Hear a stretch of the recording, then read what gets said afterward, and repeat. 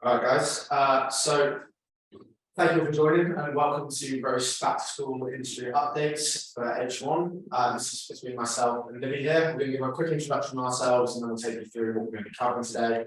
It's going to be around search result updates and mainly. So for those of you who don't know, I'm Patrick. I'm Senior PPC Account Executive here at Gross. I've been here for approximately 2 years and I work on a large range of clients ranging from industrial solutions, software companies, all the way to luxury travel. And this is. I'm Libby, and I'm a PPC Account Executive here at Gross. I've been here for about 6 months now, and I predominantly work on cryptocurrency finance. Awesome. So for today's structure for the presentation, so we're going to be beginning by touching on the sunset of Universal Analytics. Then we'll then look at the Google Transparency Center and how we've been using it and how significant this new tool is. We'll then be looking at Google Image Extensions following the EMEA update earlier in this year. And then look at Performance Max updates, Discovery Ads, and then some social updates across Twitter and TikTok. And then finally, there'll be a Q&A at the end. So if you can put your questions in the comment box, then our lovely assistants, Kate and Shannon, will be feeding them to us and we'll answer these at the end. So to begin, we'll be looking at paid search updates. So as many of you will know, Universal Analytics is finally being sunset, and this will come into effect as of the 1st of July 2023. If you haven't set up your GA4 property already, this should have been created for you unless you've opted out of it. And this will be based on the previous setting of the Universal Analytics property. The property in Universal Analytics will continue to populate and generate and collect data until the 1st of July, after which that will finish. So what we're suggesting is that if you haven't, after this date rather, if you haven't downloaded any of your historical data, we recommend doing this. Just because Universal Analytics will keep this data for about 6 months or so. Google haven't confirmed that exact timeline, but that's the rough outline we've been given so far. So this is definitely one to get in the diary, definitely one to set up. And so for this reason, we all love data here as advertisers. We've given this a significant score of 10 out of 10. So Google is currently experimenting with displaying blue badge icons and labels on Google search ads for any advertisers who've been verified by Google. The idea behind this is to add an increased level of credibility for advertisers to users. And our immediate reaction to the update is that those with the verification badge do feel a lot more legitimate and trustworthy as a site than those without. Clicking on the badge will also take you to the My Ad Center, where Google tells you the advertiser's name, that it's verified by Google, and also its location. Going forward, we do foresee this as being almost as important as a blue tick on Instagram. However, because the badge is so small, we're not too sure how audiences will notice it, and whether or not they'll know the meaning behind it, and therefore we have rated a significant score of 6 out of 10. And also newly launched is Google's Hub for showcasing all of the ads currently being served across Google from verified advertisers, the Google Ads Transparency Center.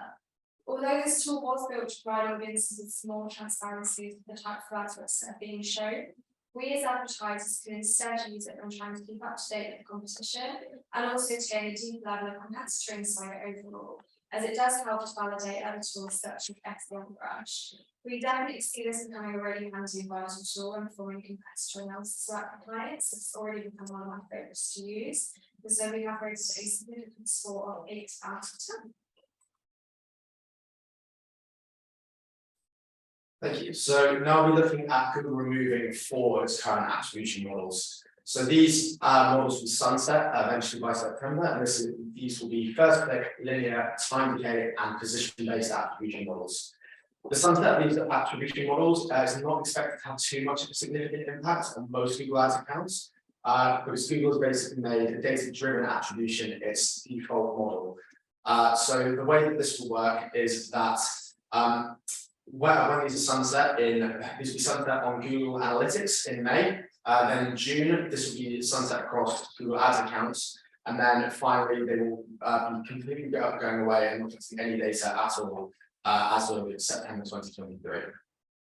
The main reason for this is that Google has stated that only about 3% of conversion actions are using these data attribution models. And so they felt that in favour of the AI model that we are all using as default already, this was the sensible next port of call, if you will. There has been some pushback on this, and the main reason for this is just that advertisers would like having the option to look at as much data as possible and feedback to clients various bits of information. So this is just something that we no longer will have. However, just because most of us, or pretty much all of us, are using DDA anyway, we rated this as a significant score of 6 out of 10 overall. So next we're taking a look at Google Ads image extensions. So following Google Ads EMEA product kickoff earlier this year, image extensions was highlighted as a major update to look out for. So the two new formats included collage and landscape image assets. Amongst many of the benefits of these image assets, the primary takeaway that we took was that they just take up more of the SERP, that far more of the landscape is then dominated by your presence. And so, especially on mobile, this then presents the opportunity to push your competitors below the SERP. So if these haven't been applied to your accounts, we definitely recommend doing this. Because if you don't have these image extensions and your competitors do, they may be SERP in favour of you, and then you'll be pushed below the fold.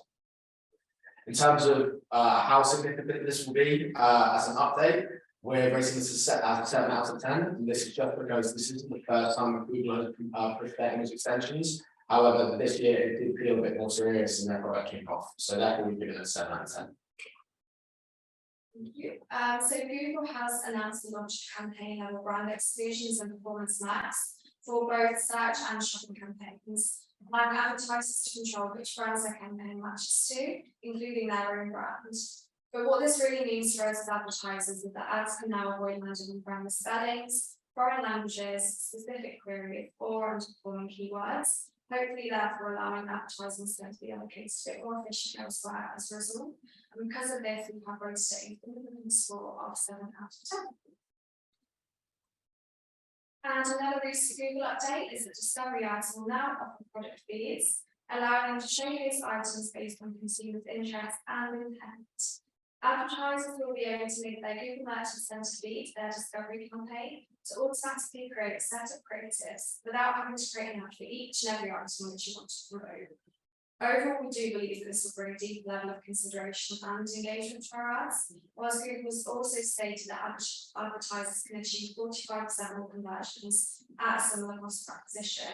So this is definitely a must try if possible and relevant to, and therefore we're going to take a significant score of 8 out of 10. Now, as pretty much everyone here at Roast knows, AI is a bit of a personality trait for me, and so it would be unheard of for me to not mention this in our webinar. And so here we're talking about introducing the advertising to its AI chat feature. So this is powered by ChatGPT's OpenAI, ChatGPT 4, and essentially Microsoft plans to introduce advertising to the platform, to the feature. So on the right here, or on the screen here, we have an example of how this currently operates. So it's a side option, or you can pull it down from the top. And basically what it will do is when you ask it a question, it will then provide you with the answer rather than you having to go and look into various landing pages itself. It tries to pull it out for you so the information is readily available. However, at the moment, in terms of advertising, we don't actually know what this will look like. We don't have any clear examples of how this will feature in the AI tool. We imagine it will be similar to how the SEO is shown, and it will just be a sponsored post with your advertising on. But we don't know whether this will sit within the Microsoft Ads platform, if this is going to be something that's advertised separately and that you'll need to sign up for. And we don't know how it's going to be, how it will look to a user. So there's still a lot of questions around this, and for that reason, we've given it a significant score of 5 out of 10 overall. So now we're just going to be taking a look at paid social updates, and this will consider Twitter and then TikTok. So first of all, Twitter, 2 updates here. So they've introduced keyword targeting and then conversion optimization for our advertisers. So in terms of keyword targeting, previously you were able to show ads based on those who engaged with the topic previously. So it was similar to audience-based targeting, whereas now this update will work much more like traditional search ads. So the reaches will end up being reduced, but the intent of the user will be much more significant. It will work very similar to Google Ads, and Essentially, the example that we have here is that around the Cheltenham racing period of time, we searched Cheltenham on Twitter, and then we served the Virgin Bets ad for the Cheltenham races. So very similar to how Google would work. If you're searching for a keyword, we then serve an ad that's relevant to that. The next update for them is the conversion optimization. So this is a pixel that's set up on your site and it essentially allows you to optimize towards conversions on Twitter. Hopefully that we'll expect to see improved performance from this. However, we're yet to actually try this one out. So for that reason, we can't give it a total significance for us. But overall, we understand in the landscape that this is a big update, and so we're giving it a significant score of 8 out of 10. Next up is TikTok. So TikTok has recently launched their keyword tool, which aims to help advertisers to better understand any trending queries and opportunities. So you can search by keyword, region, industry, objective, or keyword type. And you can also find any examples of sentences which feature the keyword, as well as some videos and hashtags which are related to them. This tool will be really handy for those advertisers on TikTok, as it does enable you to see detailed statistics on average click-through rates, conversion rates, view rates, and more. All of this can help guide you in knowing which keywords are most efficient in optimizing towards your desired objective. Being able to see exactly how and where these keywords are being used will ultimately provide advertisers with a deeper level of transparency here, and potentially also provide some greater inspiration when it comes to adverts. And therefore, we have rated this a significant score of 8 out of 10. And our last product update of the day is the TikTok Top Product Explorer page, which is now available. So this is a tool which highlights high levels of detail and performance data, such as click rates and conversion rates, about products which are currently live within the TikTok shop, as well as the more specific audience insight data, which includes audience age ranges and the related interests. So we believe that this tool works particularly well for e-commerce advertisers, providing a great level of detail surrounding trending shop products, their overall performance, and also how they're being advertised rates, which is really useful. And therefore we have rated this a significant score of 8 out of 10. Awesome. So we'll move on to the Q&A section of the presentation. So from Rebecca, do you know how long we will be able to view the data in our audio property? Yes, so there's a rough outline so far. So Google has suggested that it will be about 6 months before you no longer be able to view this data. So for that reason, we're recommending that you download all of your historical reports as quickly as possible. Just because as soon as you have the data, it's just something you don't need to worry about anymore. It's not going to be collecting anything new. So the sooner you have it and the sooner you have it stored somewhere, you'll be able to look back historically at our performance from the previous year.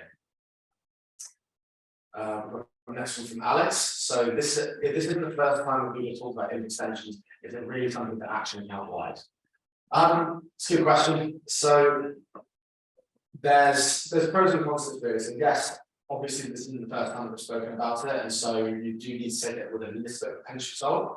However, the way that we view this is that it's better to have them across your account if you have the ability to get these assets than it is to not. Especially something like mobile, it's become far more of a prevalent way of accessing the internet and accessing the server.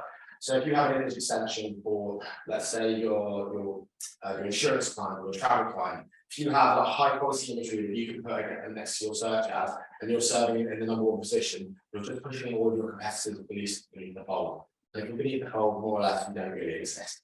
So that's why we consider it quite an important thing to action if you have the ability to get these assets. So can you filter Google Ads transparency searches to show ads served in a specific time frame? Yes, you can. So you can look at ads which were served yesterday, in the past 7 days. You can select your own time frame, and this will go back to July 2018. So you can see quite a way back. And then can you see ads which are no longer live? Yes. So the answer is yeah and no. So if an advertiser is no longer live at all, then you're not able to see any of the ads that are serving. So we had this with one of our clients. Essentially, they decided to pause some of their paid activity, and then when we wanted to go and view on the transparency center, this was still readily available. We weren't able to see it in any historical fashion. So we don't know if, for example, they paused one campaign, but they have another one live, if we're still able to see that historical campaign. But we know for a fact that if they have paused activity account wide, that they will not show within the transparency center. So in terms of the last 5 months worth of data or months worth of ads that are served, it's definitely a useful tool. If you're looking maybe a year back, it's probably not as reliable, but it's definitely great for us. It's very similar to Facebook Library. I think it's a few what competitors are doing, just giving us like a little bit of an edge over there. So from James, I think he was already from last year, I think. But what was the reason for Google removing 4 attribution models? So essentially, it's just in favour of data-driven attribution. So that's the current default that Google Ads has set, and so because this is the default that most people are using for, and it's just well, I believe a better form of attribution, Google felt that it was less relevant to have these 4 models. I believe it's only 3% of conversion actions across ads and analytics are actually using these attribution models as their primary attribution model. And so that was the reason they gave for removing them. So, like I said earlier in the presentation, it's one of those where it is significant for those set of advertisers, but as the vast majority of us are using PDA, it's mainly just around not being able to give that extra bit of insight if you needed to. So that's the reason. Next one from Miller. So with performance max brand exclusions, will we be able to negate any brand which we want?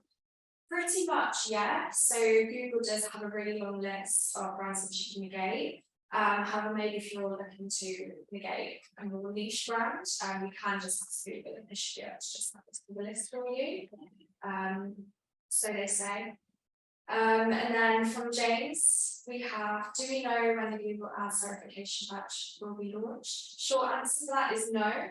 However, they have just launched their verification batch on Gmail, which is a good sign. However, it is currently still in beta, the verification badge on Google Ads. So we're not too sure as to when that will come.